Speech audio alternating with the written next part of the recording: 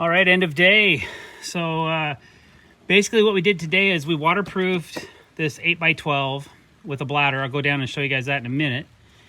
And then we laid some TimberTech AZEK, got that installed. Did the surface borders as well. Got those all in, everything's Cortexed.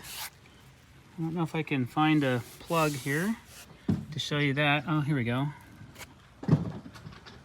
Right there. The grain's a little crooked on that one.